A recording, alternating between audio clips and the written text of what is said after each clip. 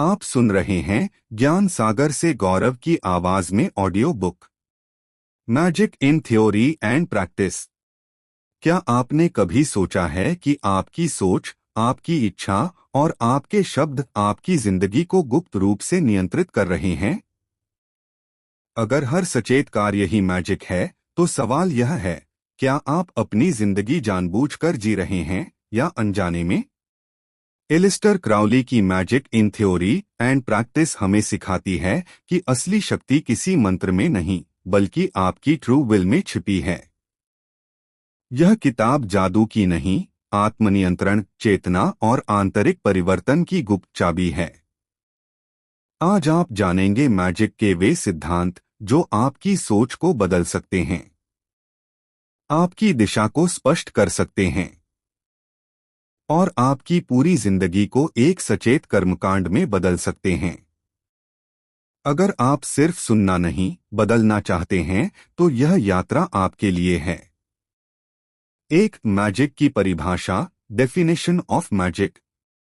Alastair Crowley के अनुसार magic वह विज्ञान और कला है जिसके द्वारा व्यक्ति अपनी इच्छा, विल के अनुसार परिवर्तन उत्पन्न करता है। क्राउली स्पष्ट करते हैं कि मैजिक कोई अंधविश्वास, तंत्रमंत्र या चमत्कार नहीं है, बल्कि यह चेतना, मन और ऊर्जा के नियमों को समझकर उन्हें प्रयोग में लाने की विधि है। यदि कोई व्यक्ति जानबूझकर कोई कार्य करता है और उससे कोई परिणाम उत्पन्न होता है, तो वह भी मैजिक का ही एक रूप है। क्राउली कहते हैं कि हर सचेत कार्य मैजिक है। उदाहरण के लिए सोचना, बोलना, लिखना, निर्णय लेना, ये सभी क्रियाएं किसी न किसी परिवर्तन को जन्म देती हैं। फर्क केवल इतना है कि साधारण मनुष्य अनजाने में कार्य करता है, जबकि मैजिशियन पूर्ण जागरूकता और उद्देश्य के साथ। मैजिक का मुख्य उद्देश्य बाहरी दुनिया को नियंत्रित करना नहीं, बल्कि स्वयं के भीतर के अराजक तत्वों को व्यवस्थित करना है। जब मन, भावना और इच्छा एक दिशा में संरेखित हो जाती हैं, तब व्यक्ति का हर कार्य शक्तिशाली बन जाता है। क्राउली मैजिक को धर्म और विज्ञान के बीच की कड़ी मानते हैं। विज्ञान बाहरी नियमों को समझता है, धर्म आंतरिक सत्य को खोजता है और मैजिक दोनों को जोड़कर व्यावहारिक अनुभव देता है। इस प्रकार मैजिक कोई रहस्यमयी शक्ति नहीं, बल्कि सचेत जीवन जीने की कला है, जहां व्यक्ति अपने विचारों और कर्मों का स्वामी बनता है। दो ट्रू विल का सिद्धांत, the principle of true will. Crowley के दर्शन में ट्रू विल सबसे केंद्रीय अवधारणा है। ट्रू विल का अर्थ साधारण इच्छा नहीं है, जैसे धन, पद या प्रसिद्धि की चाह। ट्रू विल वह गहन आंतरिक उद्देश्य है जिसके लिए व्यक्ति का जन्म हुआ है। अधिकांश लोग समाज, परिवार, डर और अपेक्षाओं के कारण अपना जीवन जीते हैं। वे सोचते हैं कि वे जो चाहते हैं वही उनकी इच्छा है, लेकिन वास्तव में वह फॉल्स विल होती है। मैजिक का पहला और सबसे कठिन चरण है ट्रू विल की पहचान। क्राउली कहते हैं, do what thou wilt shall be the whole of the law. इसका अर्थ स्वच्छंदता नहीं है, बल्कि अपने वास्तविक स्वभाव के अनुसार जीना है। जब व्यक्ति अपने ट्रू विल के अनुरूप कार्य करता है, तो जीवन में संघर्ष कम हो जाता है। परिस्थितियां स्वतः अनुकूल होने लगती हैं, क्योंकि व्यक्ति ब्रह्मांडीय प्रवाह के विरुद्ध नहीं चलता। मैजिक का अभ्यास व्यक्ति को आत्मनिरीक्षण, ध्यान और अनुशासन के माध्यम से ट्रू विल तक पहुंचने में सहायता करता है। एक बार ट्रू विल स्पष्ट हो जाए, तो मैजिक उस इच्छा को साकार करने का उपकरण बन जाता है। इस प्रकार ट्रू विल कोई लक्ष्य नहीं, बल्कि जीवन की दिशा है। मैजिक उसी दिशा में निरंतर और निर्भय चलने की शक्ति देता है। 3 इच्छा और एकाग्रता, will power and concentration. Magic में इच्छा, विल को सर्वोच्च शक्ति माना गया है। क्राउली के अनुसार इच्छा जितनी स्पष्ट, केंद्रित और अविचल होगी, मैजिक उतना ही प्रभावी होगा। कमजोर, भ्रमित या बिखरी हुई इच्छा कोई परिणाम नहीं दे सकती। आम व्यक्ति की समस्या यह है कि उसका मन लगातार भटकता रहता है। वह एक समय में कई इच्छाएं पाल लेता है, जिससे ऊर्जा विभाजित हो जाती है। मैजिक सिखाता है कि एक समय में एक ही उद्देश्य पर पूर्ण ध्यान केंद्रित किया जाए। एकाग्रता, कॉन्सेंट्रेशन, केवल ध्यान की तकनीक नहीं, बल्कि मानसिक अनुशासन है।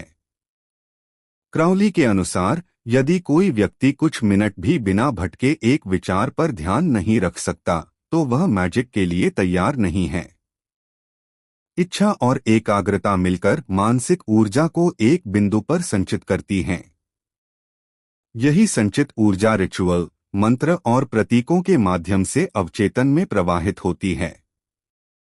मैजिक का अभ्यास व्यक्ति को सिखाता है कि वह अपने विचारों का स्वामी बने, न कि उनका दास।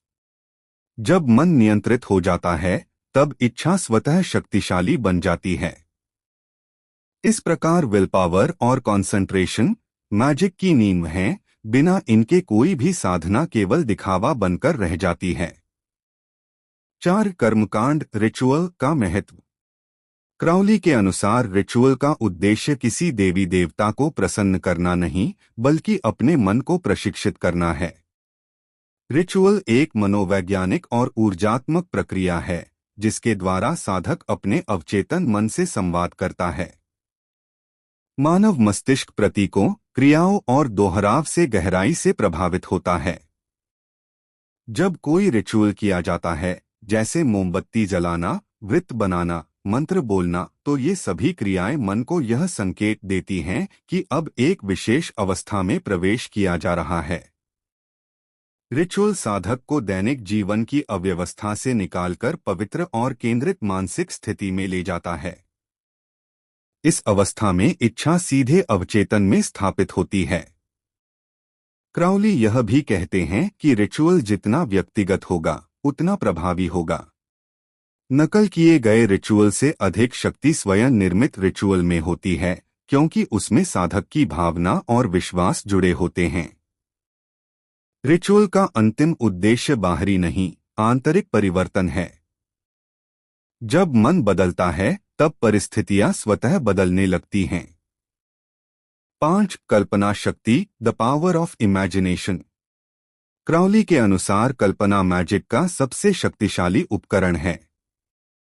लोग कल्पना को झूठ या भ्रम समझते हैं, लेकिन मैजिक में कल्पना ही वह पुल है जो चेतन और अवचेतन मन को जोड़ता है। जब कोई व्यक्ति किसी दृश्य, भावना या परिणाम की स्पष्ट और जीवंत कल्पना करता है, तो अवचेतन मन उसे वास्तविक अनुभव की तरह स्वीकार करता है। अवचेतन ही व्यवहार, निर्णय और ऊर्जा प्रवाह को नियंत्रित करता है। मैजिक में साधक को सिखाया जाता है कि वह केवल सोचे नहीं, बल्कि महसूस करे। उदाहरण के लिए, यदि किसी लक्ष्य को प्राप्त करना है, तो उसकी कल्पना ऐसे करनी चाहिए जैसे वह पहले से प्राप्त हो चुका हो।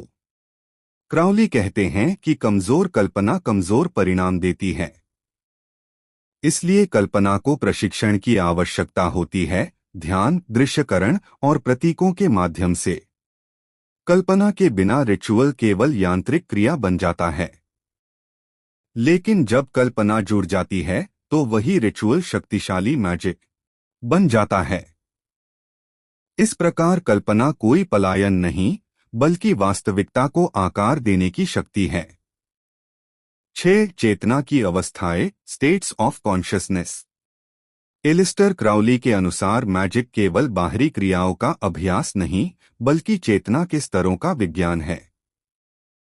सामान्य मनुष्य जागृत अवस्था में सीमित सोचता है, जहां डर, आदतें और सामाजिक प्रभाव हावी रहते हैं।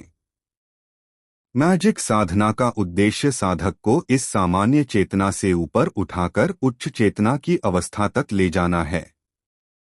इन अवस्थाओं में साधक अपने विचारों को दर्शक की तरह देखने लगता है। मन शांत होता है और आंतरिक संवाद कम हो जाता है। इसी स्थिति में इच्छा, विल, सबसे शुद्ध और प्रभावी होती है। क्राउली मानते हैं कि जब मन स्थिर हो जाता है, तब व्यक्ति ब्रह्मांडीय ऊर्जा के साथ तालमेल बिठा सकता है। ध्यान, प्राणायाम, मंत्र और रिचुअल चेतना की अवस्था बदलने के साधन हैं। इन अभ्यासों से साधक की अंतर्दृष्टि बढ़ती है और वह अपने जीवन के पैटर्न को स्पष्ट रूप से समझ पाता है। चेतना का विस्तार ही मैजिक की वास्तविक सफलता है, क्योंकि जब भीतर परिवर्तन होता है तभी बाहर की दुनिया बदलती है। 7 प्रतीकों और संकेतों का प्रयोग, यूज ऑफ सिंबल्स। क्राउली के अनुसार प्रतीक अवचेतन मन की भाषा हैं। जहां तर्क और शब्द सीमित हो जाते हैं, वहां प्रतीक सीधे मन के गहरे स्तरों पर प्रभाव डालते हैं। यही कारण है कि मैजिक में ज्यामितीय आकृतियां, ग्रहचिन्ह, देव प्रतिमाएं और रंगों का प्रयोग किया जाता है। प्रतीक साधक के मन में विशेष भाव, ऊर्जा और मानसिक अवस्था उत्पन्न करते हैं। उदाहरण के लिए वित्त सुरक्षा और पूर्णता का प्रतीक है, जबकि अग्नि परिवर्तन और शक्ति का संकेत देती है। क्राउली यह भी कहते हैं कि प्रतीक केवल किताबों से नहीं, बल्कि व्यक्तिगत अनुभव से शक्तिशाली बनते हैं। जो प्रतीक साधक के लिए अर्थपूर्ण होता है, वही सबसे प्रभावी होता है।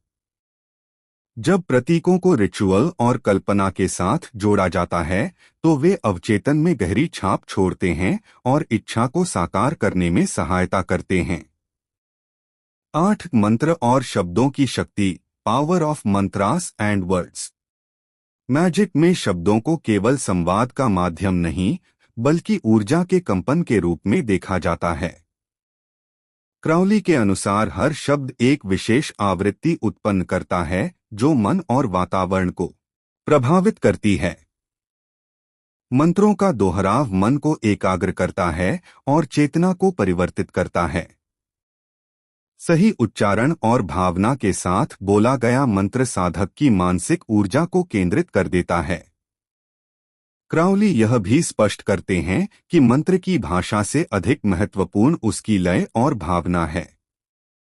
इसलिए कभी-कभी निरर्थक लगने वाले शब्द भी शक्तिशाली प्रभाव डालते हैं। शब्दों की शक्ति का उपयोग केवल रिचुअल में नहीं, बल्कि दैनिक जीवन में भी होता है। सकारात्मक और स्पष्ट भाषा व्यक्ति के विचार और व्यवहार को बदल देती है। इस प्रकार मैजिक में शब्द चेतना को आकार देने का साधन है। 9 योग और ध्यान का महत्व, योगा एंड मेडिटेशन। क्राउली ने योग और ध्यान को मैजिक की आधारशिला माना है। बिना मानसिक स्थिरता के कोई भी मैजिक सफल नहीं हो सकता। योग शरीर और प्राण को संतुलित करता है, जबकि ध्यान मन को नियंत्रित करता है। ध्यान के अभ्यास से साधक अपने विचारों को बिना प्रतिक्रिया के देखना सीखता है।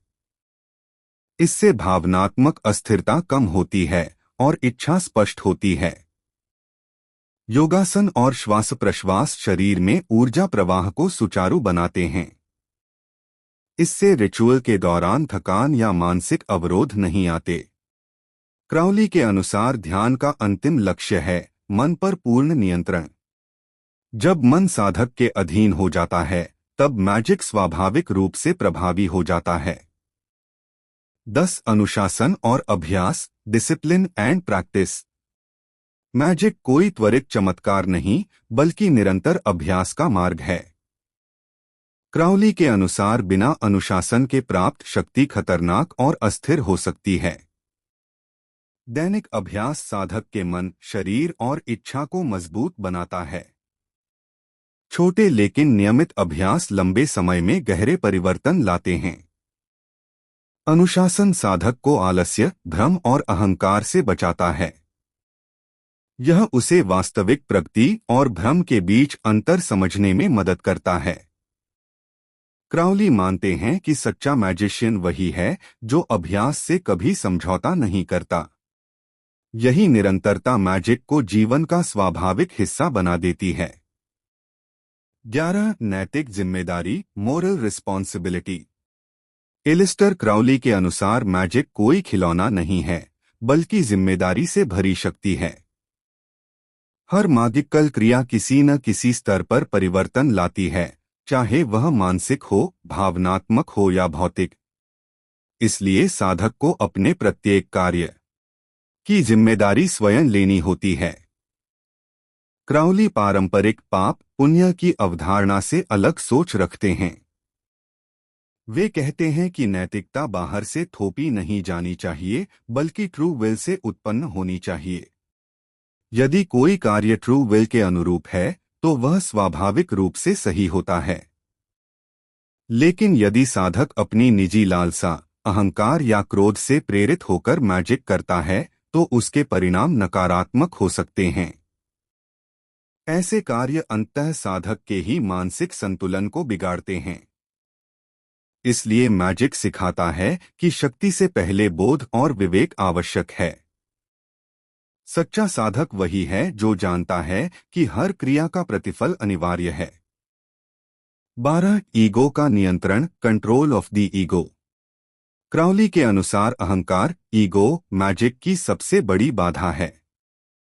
ईगो व्यक्ति को यह भ्रम देता है कि वही सब कुछ नियंत्रित कर रहा है, जबकि वास्तविक शक्ति ट्रू विल से आती है। जब साधक अपनी उपलब्धियों पर गर्व करने लगता है, स्वयं को विशेष या श्रेष्ठ समझने लगता है, तब उसकी साधना गिरावट की ओर जाती है। ईगो शक्ति को दूषित कर देता है। मैजिक का अभ्यास व्यक्ति को विनम्र बनाता है। ध्यान और आत्मनिरीक्षण से साधक अपने विचारों और भावनाओं को दूरी से देखने लगता है। इससे ईगो धीरे धीरे कमजोर होता है। क्राउली कहते हैं कि सच्चा मैजिशियन स्वयं को कर्ता नहीं बल्कि माध्यम मानता है। यही दृष्टिकोण साधक को संतुलित और सुरक्षित रखता है। 13. भय पर विजय, कॉन्क्वेस्ट ऑफ फियर। भय मानव मन की सबसे गहरी कमजोरी है। क्राउली के अनुसार डर वही सीमा है जो व्यक्ति को उसकी पूर्ण क्षमता तक पहुंचने से रोकती है।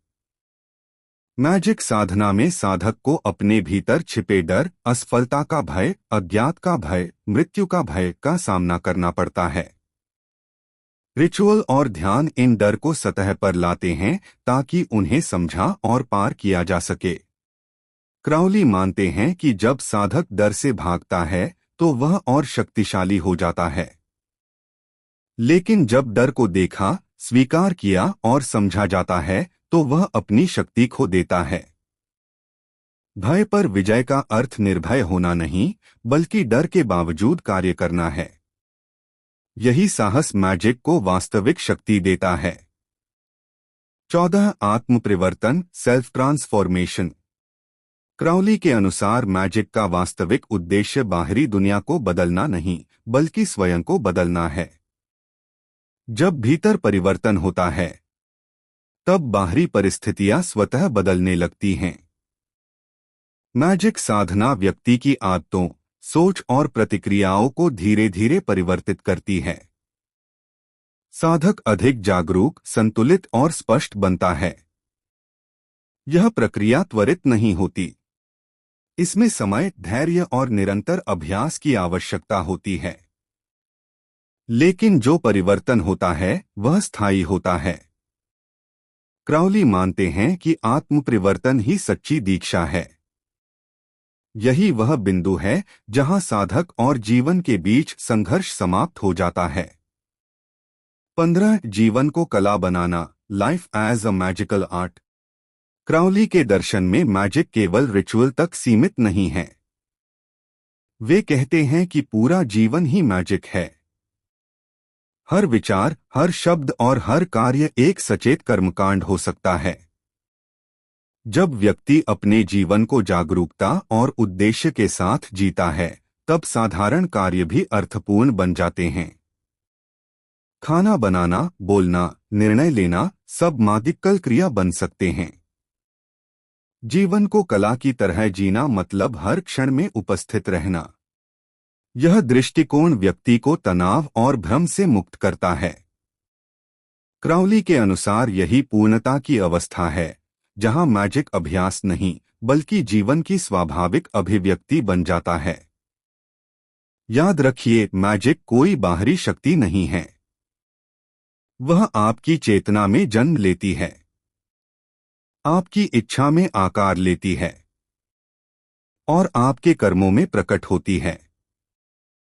जब आप अपनी ट्रू विल को पहचान लेते हैं, जब आपका मन अनुशासित हो जाता है और जब आपका जीवन जागरूक बन जाता है, तब आपको किसी चमत्कार की आवश्यकता नहीं रहती, क्योंकि आप स्वयं वह परिवर्तन बन जाते हैं जिसे पाने के लिए लोग जादू खोजते हैं। यदि यह ज्ञान आपको सोचने पर मजबूर करे, तो समझिए मैजिक ने अपना कार्य शुरू कर दिया है। Do what thou will, that shall be the whole of the law. Channel को लाइक करे, सब्सक्राइब करे और बेल आइकन दबाना ना भूले। मिलते हैं अगले ऑडियो बुक में। धन्यवाद।